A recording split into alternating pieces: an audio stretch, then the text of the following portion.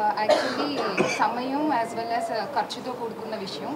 సమయం అంటే ఎగ్జాక్ట్‌గా మనం ఖచ్చితంగా ఒక నెలలో అయిపోద్ది, 2 నెలల్లో అయిపోద్ది అనేది ఉండదు.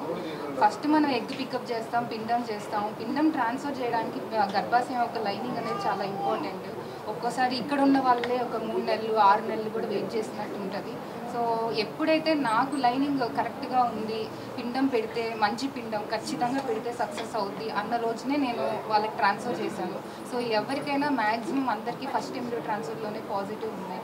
ఏదో ఒకరికి ఒకటి ఫెయిల్ అయ్యి 2 ఎంబ్రియో ట్రాన్స్ఫర్ దాకా వెళ్తూ ఉంటుంది. కానీ అలా చూసుకుంటే మనకు ఒక 3 నెలలు, 4 నెలలు, ఒక్కొక్కసారి 6 మంత్స్, ఒక్కొక్కసారి 1 ఇయర్ వెయిట్ చేసిన వాళ్ళు కూడా ఉంటారు.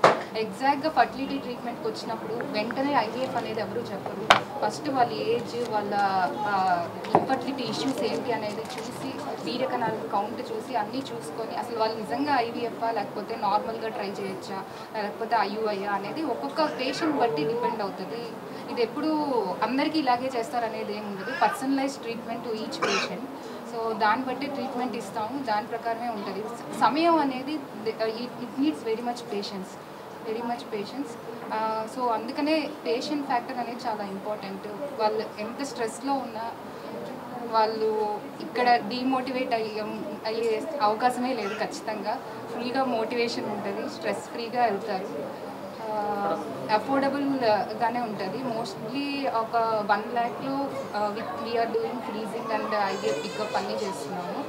సో చేసిన తర్వాత పిండం ట్రాన్స్ఫర్ ఎప్పుడు చేస్తామనే దాన్ని బట్టి రిజల్ట్ వస్తుంది. Either 3 months to 6 months or 1 year కూడా పట్టచ్చు. So time is not correct thing to measure the success. It is the patient ఎలా రెస్పాండ్ అవుతున్నారు మన ట్రీట్మెంట్కి.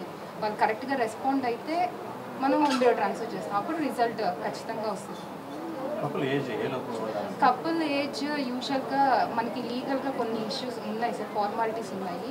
మనం ఫీమేల్కి 50 years లోపల వరకు ఐవీఎఫ్ చేయొచ్చు, మేల్కి 55 years లోపల వరకు ఐవీఎఫ్ చేయొచ్చు.